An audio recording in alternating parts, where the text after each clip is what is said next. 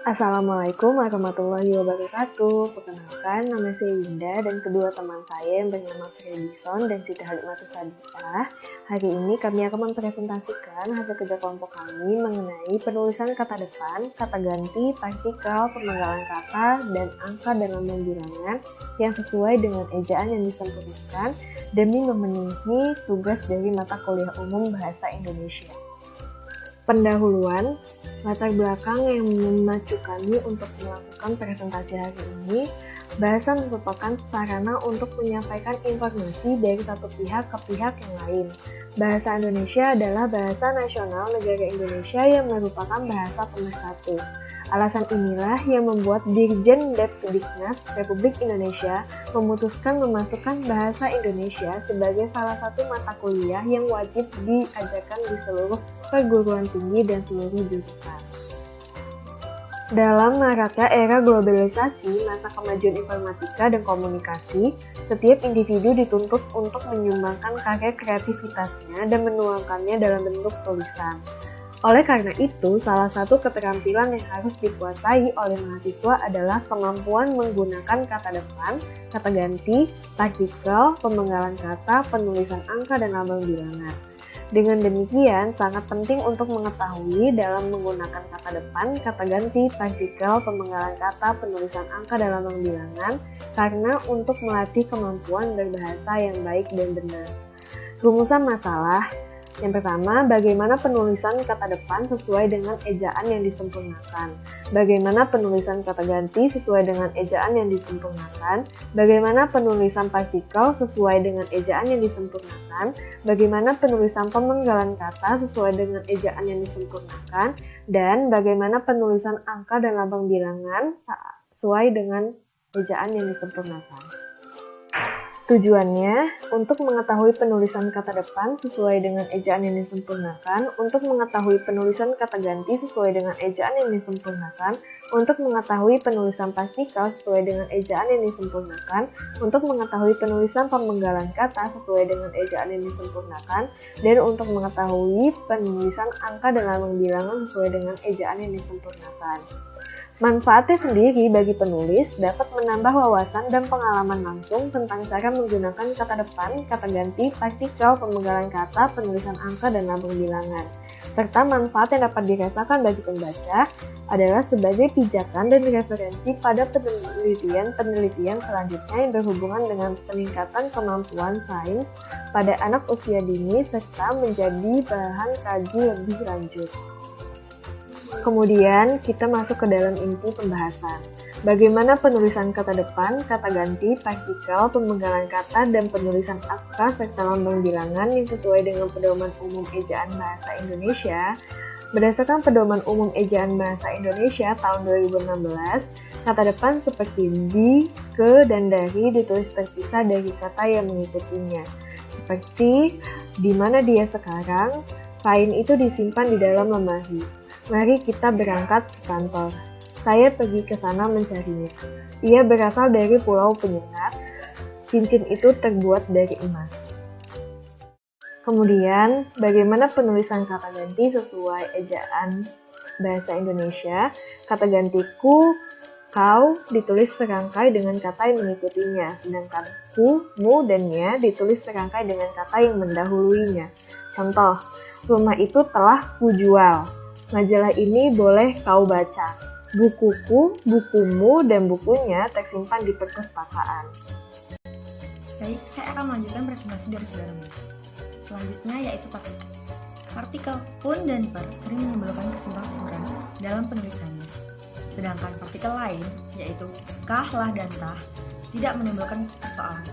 Ketidakcermatan penulisan pun dan per di kalangan masyarakat disebabkan oleh adanya kaidah yang mengatur kedua partikel tersebut. Yang pertama yaitu partikel lah, kah, dan tah. Partikel lah, kah, dan tah ditulis serangkai dengan kata yang mendahulunya. Misalnya, bacalah buku itu baik-baik. Penulisan bacalah ditulis dalam satu kalimat. Selanjutnya yaitu partikel pun. Partikel pun ditulis terpisah dari kata yang mendahulunya. Misalkan, jika kita hendak pulang tengah malam pun, kendaraan masih tersedia. Penulisan malam pun ditulis secara terpisah menjadi dua kalimat. Dengan catatan, partikel pun bukan sebagai kata penghubung. Jika kata penghubung ditulis serangkai, misalnya, meskipun sibuk, dia dapat menyelesaikan tugas tepat pada waktunya. Penulisan meskipun ditulis dalam satu kalimat. Partikel yang terakhir yaitu partikel per. Partikel per yang berarti demi, tiap, atau mulai ditulis terpisah dari kata yang mengikutinya. Misalnya, mereka masuk ke dalam ruang rapat satu persatu. Per dalam tulisan satu persatu ditulis terpisah dari kata sebelumnya maupun kata selanjutnya. Baik, selanjutnya yaitu pemenggalan kata. Beberapa hal yang perlu diperhatikan saat melakukan pemenggalan kata. Yang pertama yaitu pemenggalan kata pada kata dasar. Dapat dilakukan sebagai berikut. Jika di tengah kata terdapat huruf vokal yang berurutan, pemenggalannya dilakukan di antara kedua huruf vokal itu. Misalnya, main dipenggal menjadi ma dan in. Huruf diftong I, au, e, dan oi tidak dipenggal. Misalnya, pandai, pemenggalannya pan dan dai. Jika di tengah kata dasar terdapat huruf konsonan atau termasuk gabungan huruf konsonan di antara dua huruf vokal, pemenggalannya dilakukan sebelum huruf konsonan itu. Misalnya, bapak, dipenggalnya menjadi ba dan pa. Jika di tengah kata dasar terdapat dua huruf konsonan yang berurutan, pemenggalannya dilakukan di antara kedua huruf konsonan itu. Misalnya, April, pemenggalannya ap dan ril. Jika di tengah kata dasar terdapat tiga huruf konsonan atau lebih yang masing-masing melambangkan satu bunyi, pemenggalannya dilakukan di antara huruf konsonan yang pertama dan huruf konsonan yang kedua. Misalnya, infra, pemenggalannya in dan fra. Dengan catatan, gabungan huruf konsonan yang melambangkan satu bunyi tidak dipenggal. Misalnya, bangkrut, pemenggalannya bang dan krut. Selanjutnya yaitu pemenggalan kata turunan. Pemenggalan kata turunan sedapat-dapatnya dilakukan di antara bentuk dasar dan unsur pembentuknya. Pemenggalan kata berimbuhan yang bentuk dasarnya mengalami perubahan dilakukan seperti pada kata dasar. Misalnya, menutup, dipenggal menjadi me, nu, dan tup. Pemenggalan kata bersisipan dilakukan seperti pada kata dasar. Misalnya, gelembung, dipenggalnya menjadi ge, lem, dan bung. Pemenggalan kata yang menyebabkan munculnya satu huruf di awal atau akhir baris tidak dilakukan. Misalnya, beberapa pendapat mengenai masalah itu telah disampaikan, walau cuma-cuma mereka tidak mau mengambil makanan itu. Selanjutnya, jika sebuah kata terdiri atas dua unsur atau lebih dan salah satu unsurnya itu dapat bergabung dengan unsur lain, pemenggalannya dilakukan di antara unsur-unsur itu. Tiap unsur gabungan itu dipenggal seperti pada kata dasar. Misalnya, biografi, dipenggalnya bio dan grafi. Kemudian pemenggalan yang benarnya bi, o, gra, dan fi. Selanjutnya yaitu pemenggalan kata pada nama orang.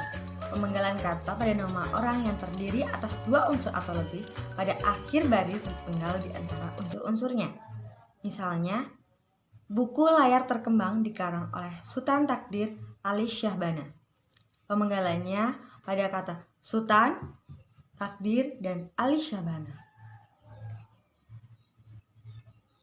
Baik, izin melanjutkan, yaitu singkatan nama diri dan gelar yang terdiri atas dua huruf atau lebih tidak dipenggal.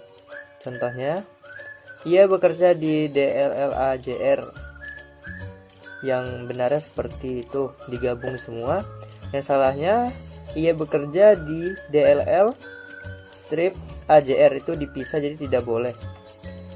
Terus contoh yang lainnya, pujangga terakhir Keraton Surakarta bergelar R.Ng.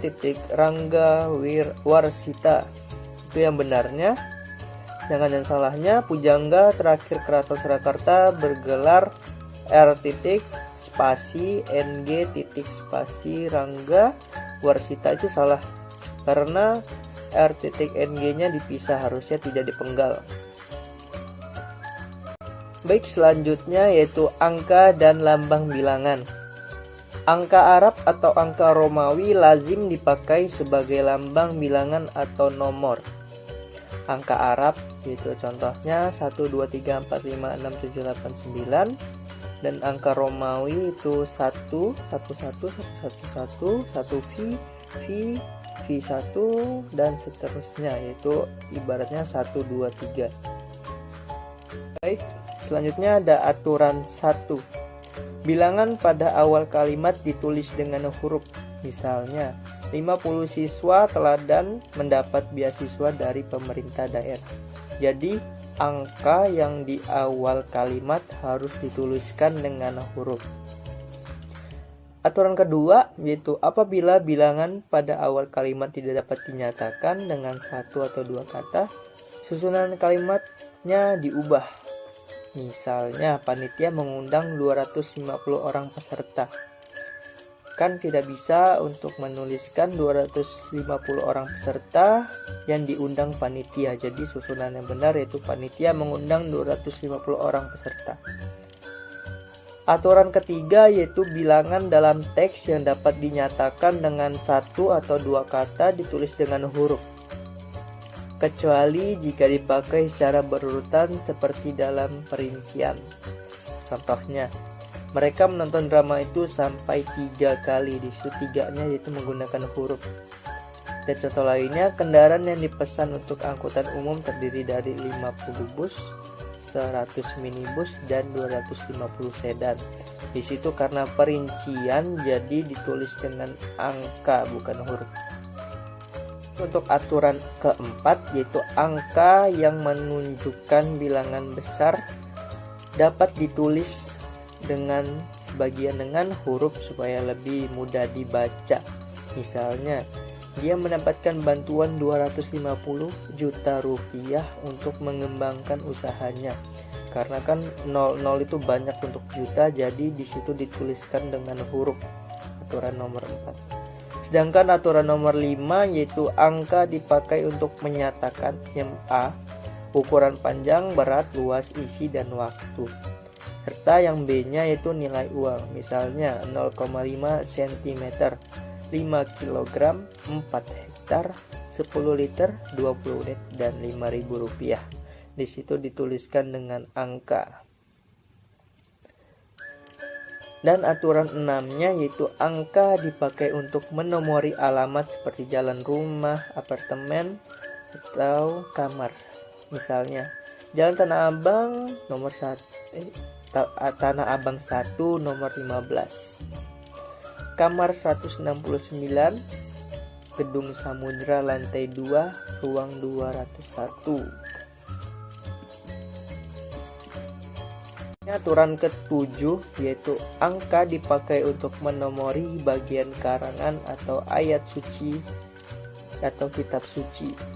Misalnya bab 10 pasal 5 halaman 252, surat Yasin ayat 9, Markus ayat 15-16. Aturan ke-8-nya yaitu penulisan bilangan dengan huruf dilakukan sebagai berikut. Misalnya A yaitu bilangan utuh, contohnya 12 yaitu angka 12, 30 angka 30, dan 5.000 yaitu angka 5 dan 000. Yang B-nya bilangan pecahan yaitu misalnya setengah atau 1/2, tulisannya 1/2, atau 3, 2/3, 3, dan 2/3. Aturan ke-9-nya yaitu penulisan bilangan tingkat dapat dilakukan dengan cara berikut. Itu abad 20 yaitu XX, ada juga abad ke strip 20 dan abad ke-20 dengan tulisan semua. Itu ada lagi contohnya Perang Dunia 2 pakai Romawi 2-nya, dan contoh lainnya Perang Dunia ke strip 2, dan ada juga yang menggunakan huruf saja Perang Dunia kedua. Aturan ke-10 yaitu penulisan angka yang mendapatkan akhiran strip an dilakukan dengan cara berikut. Contohnya atau misalnya 5 lembar uang 1000-an. Di situ 5 lembar uang seribuan, seribunya dikasih akhiran an. Contoh lainnya tahun 1950-an. Itu di strip an untuk akhiran angkanya. Dan ada lagi uang 5 ribuan, itu angkanya dikasih akhiran an. Baik, aturan 11 yaitu penulisan bilangan dengan angka dan huruf sekaligus dilakukan dalam peraturan perundang-undangan, akta dan kwitansi. Misalnya, setiap orang yang menyebarkan atau mengedarkan uang tiruan sebagai dimaksud dalam pasal 23 ayat 2, di situ tulisannya ada huruf dan angka, dipidana dengan pidana kurungan paling lama 1, ada penjelasnya 1 tahun, dan pidana denda paling banyak 200 juta rupiah. Ada angka dan diikuti dengan huruf sesudahnya. Dan ada lagi contohnya, yaitu telah diterima uang sebanyak 2.950.000, ada angka dan tulisan untuk membayar 1 unit televisi. Oke, untuk aturan 12-nya yaitu penulisan bilangan dengan lambang dengan angka diikuti huruf dilakukan seperti berikut. Misalnya, saya lampirkan tanda terima uang sebesar 900.550 sen. 500 rupiah 50 sen. Nah, itu. Dan ada lagi contohnya, yaitu bukti pembelian barang seharga 5 juta rupiah dan di situ diikuti huruf dan angka. Ke atas harus lampirkan pada laporan pertanggungjawaban. Aturan 13 yaitu bilangan yang digunakan sebagai unsur nama geografi ditulis dengan huruf. Di situ ada contohnya, misalnya kelapa 2, di situ kan 2-nya menggunakan huruf bukan angka.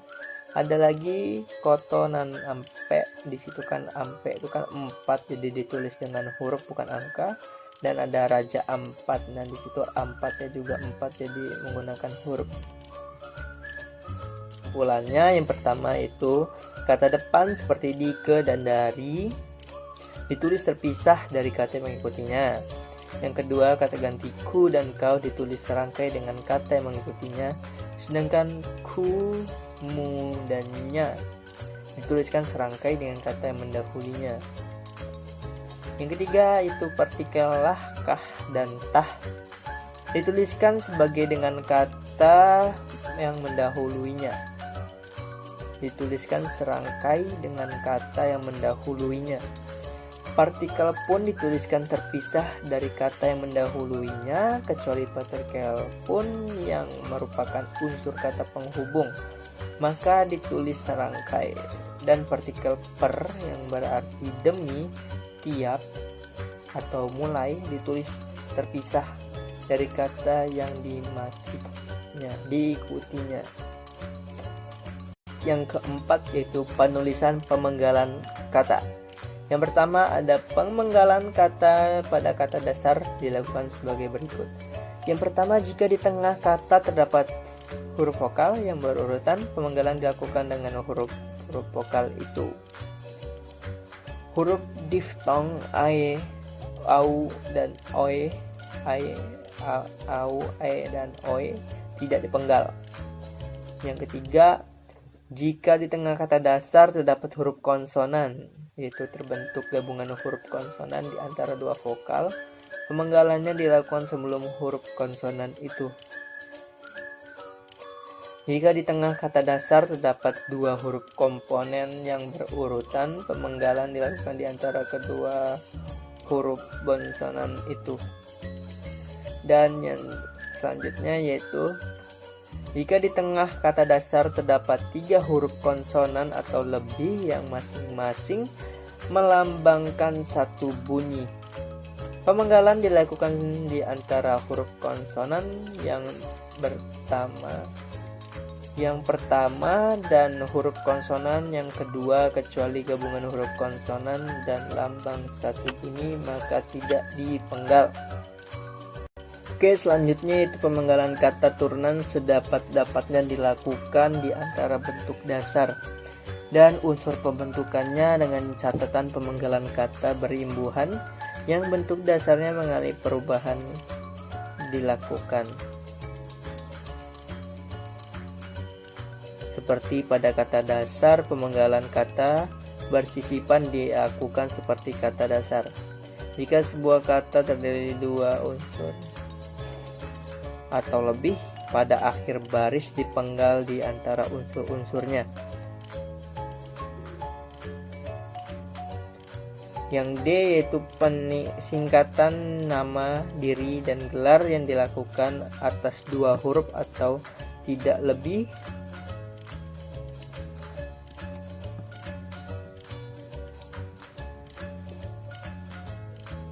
Tidak dipenggal. Yang kelima yaitu penulisan angka dan lambang bilangan. Angka atau angka Arab atau angka Romawi lazim dipakai sebagai lambang bilangan atau penomoran. Yang pertama ada bilangan dalam teks yang dapat dinyatakan sebagai satu atau dua kata tertulis dengan huruf kecuali jika dipakai secara berurutan, seperti persediaan Merician. Terus yang B-nya yaitu bilangan yang awal kalimat ditulis dengan huruf apabila bilangan yang awal kalimat tidak dapat dinyatakan dengan satu atau dua kata, susunan kalimatnya diubah. Yang C ada angka yang menunjukkan bilangan besar dapat ditulis dengan huruf supaya tidak mudah dibaca. Supaya lebih mudah dibaca. D. Penulisan bilangan dengan angka dan huruf sekaligus dilakukan dengan peraturan perundang-undangan, akta, dan kwitansi. Yang terakhir ada bilangan yang digunakan sebagai unsur geografi ditulis dengan huruf. Baik, ini dapus-dapus yang saya atau kami gunakan. Itu ada yang pertama Badan Pengembangan dan Pembinaan Bahasa Kementerian Pendidikan dan Kebudayaan pada tahun 2016 dengan judulnya Pedoman Umum Ejaan Bahasa Indonesia. Terbitnya di Jakarta dan penerbitnya Kementerian Pendidikan dan Kebudayaan. Ada lagi judul buku dibuat oleh Lukman Hakim, Zainal Arifin, Yah B. Lumintaintang, tahunnya 1992, dengan judul buku Seri Penyuluhan 1 Ejaan dalam Bahasa Indonesia, tahun 1992, dari Jakarta.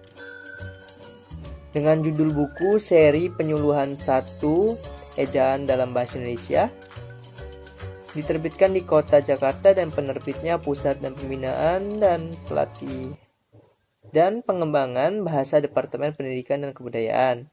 Yang selanjutnya ada dari Panitia Pengembangan Bahasa Indonesia pada tahun 2000 dengan judul buku Pedoman Umum Ejaan Bahasa Indonesia yang disempurnakan. Diterbitkan di Jakarta dan penerbitnya Pusat Bahasa Departemen Pendidikan Nasional. Oke, mungkin sekian dari presentasi dari kami, kurang lebih mohon maaf. Saya izin. Wassalamualaikum warahmatullahi wabarakatuh.